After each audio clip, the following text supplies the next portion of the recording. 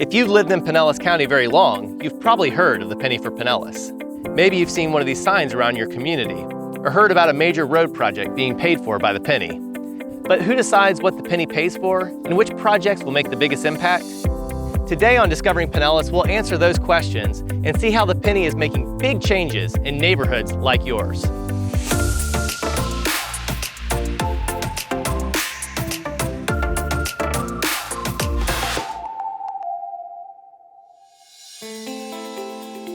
The road you take to work, sidewalks that kids take to school, a vast network of parks and nature preserves.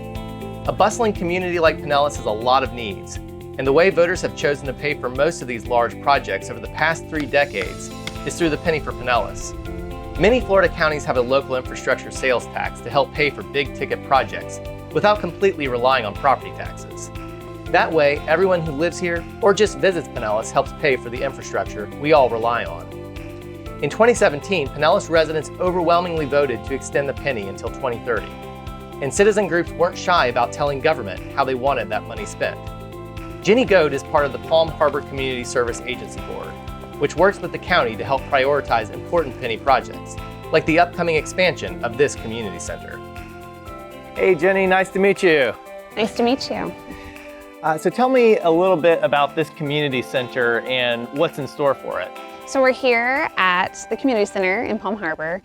What's really exciting is we're looking forward to having a recreation center built right next door, which is going to be the largest event space in North County, along with being a disaster shelter and having a lot of indoor recreational programming. What are some of the projects that have made an impact on your daily life? Well, for my family, the drainage project in Crystal Beach was actually very helpful, helping with the storm runoff so we can safely get in and out of Crystal Beach. We have enjoyed the lighting on the fields over at Sunderman for t-ball and over at Putnam Field for soccer. And we have enjoyed the boardwalk and the tower over at Wellsprings Park very much. How do organizations like yours help the county prioritize which projects are most important to your community? Each member of the Palm Harbor Community Service Agency Board is a representative of the community, and our job is to ensure that the resources that come to our community are utilized wisely. Our meetings are open to the public, so commissioners and county staff regularly attend, and it's a wonderful opportunity for citizens to engage with their local government. And we're just so fortunate that our local government has been so proactive and engaged in working with us on these things. Since 1990, the penny has generated $4 billion, split between the county and the 24 cities based on population. And because the penny is a sales tax, everyone who spends money here helps foot the bill for our infrastructure. In fact, it's estimated that tourists and seasonal residents contribute a significant amount of all penny funds collected. And all of it stays right here in our community to go toward projects that serve our residents. Here are just a few examples of projects you may have seen around the county or one of the cities. Building the Bayside Bridge, expanding Brooker Creek Preserve, restoring water quality in Lake Seminole, your local fire station, community center, or library. A strong partnership between the county and the cities allows each local government to complete more critical projects. And all this work gets done without stretching the general funds needed for basic services and maintenance. Pinellas Budget Manager Jackie Trainer makes sure every penny the county receives is spent according to plan. Jackie, how does the penny help the county make fiscally responsible investments in our infrastructure needs? The penny pays for approximately 70% of our governmental capital projects. This allows us to pay as we go, meaning as the projects are delivered, we have the funding to do that, and we have no general fund debt. Also, having the penny allows us to apply for state and federal grants. The penny is the local match, allowing our dollars to go even further. How do the county and cities decide which projects are most important to fund?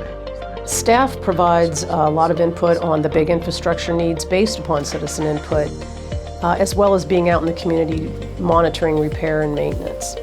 Also, prior to the last referendum in 2017, the county, and along with the cities, did extensive public outreach and received citizen input from everything from types of projects to specific projects that they'd like to see done. Where are most of the penny funds invested? The major investments are in transportation, a high priority need for our citizens, and that's the roads, bridges, trails type projects, followed by stormwater and water quality projects like drainage and flood control. A lot of those projects that you don't see but are very important. We also have parks infrastructure projects ranging from anything like the restrooms, the shelters, the parking lots and roads within the parks. We also fund community building projects like your government service centers, community centers, libraries, as well as public safety projects like fire stations and emergency vehicles. We also have an off the top for the penny that funds our countywide investments like jail and court facilities. We have a dedicated percentage for economic development capital projects and affordable housing. What are some recent projects the county has supported with the penny? Well, we fund a variety of projects. It really is a balancing act to meet all the needs of the county. Recently, we have finished some road and drainage improvements in North County. We have finished the Forest Lakes Boulevard phase. We've also done a community drainage project in Lakeshore Estates. We finished the Lealman Exchange, a community center that's been a long time need in the Lealman area. And we've also added to the Wall Springs Park, what we refer to as the Coastal Edition, which included restrooms, a paved trail, covered shelters out by the water, and also working on the Pinellas Trail North Loop, which will eventually be a loop around the entire county, a 75-mile loop for the trail. By 2030, the county and cities expect to invest around $2 billion from the current penny in hundreds of long-term projects. So next time you see new playground equipment going in at a local park, or a fishing pier like this one being replaced at your favorite beach, chances are it's being paid for by the penny. Check with your city to see what projects are being funded in your neighborhood, or go to the county website for more information. And if you like today's episode, please click subscribe. We'll let you know when the next episode drops. See you next time.